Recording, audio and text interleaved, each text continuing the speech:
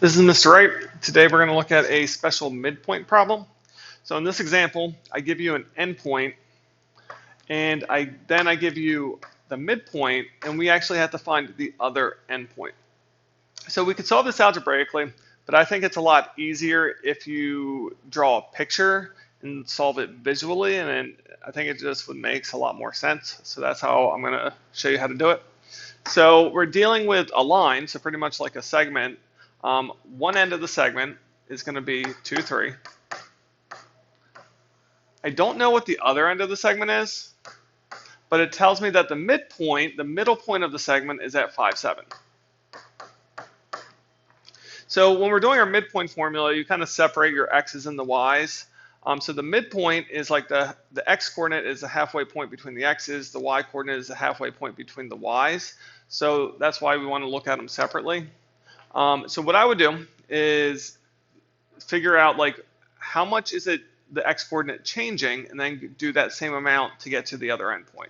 So for example, I'm looking at from like 2 to 5. 2 plus 3 is 5, so it's going up by 3. So to get to the other endpoint, that x coordinate is going to have to go up by 3 again. So 5 plus 3 would be 8. Do the same thing with the y's now. From 3 to 7, to go from 3 to 7, it's going up by 4. So because this is the middle point, the other endpoint is going to go up by 4 again. So it's going to kind of be like symmetric on both sides because it's the very middle point. So 7 plus 4 is 11. So that would be my answer. The other endpoint would be 8, 11. Let's look at one more example. I'm going to do this very last one. So my endpoint is at 3, 9. My midpoint is at negative 4, 1. And I don't know the other endpoint.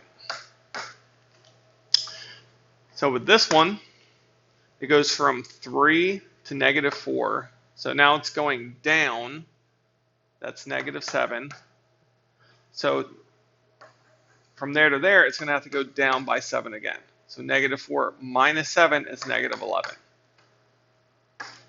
From 9 to 1, it's going down by 8. So from 1 to the other y value, it's going to go down by 8 again, and we end up at negative 7. So if it's increasing, if it's going up, you do plus. If it's decreasing, you do minus. And so the answer would be the other endpoint would be negative 11, negative 7. Let's just look at one more. These ones have some negatives in them, so sometimes that can be a little bit confusing for students. So we start at negative 4, 6. I know that the midpoint is negative 1, 1, and I do not know the other endpoint. Okay, so this is what's tricky, is like from negative 4 to negative 1, that is actually increasing. But if you're kind of confused how to figure that out, what you always do, you do like this number minus this number. So to figure out like what happened there, I would just do negative 1 minus negative 4. So I know that it actually increased by 3. So from negative 1 to the other x coordinate, I add 3 again. Negative 1 plus 3, and I get positive 2. Same thing with this one from negative 6 to 1. In case you're not sure how to calculate that, you do 1 minus negative 6. So you find the difference between the two numbers. You start with like the middle number minus the first number, and I get 7. So that means it increased by 7. So to the last point, I add 7 again. 1 plus 7 is 8.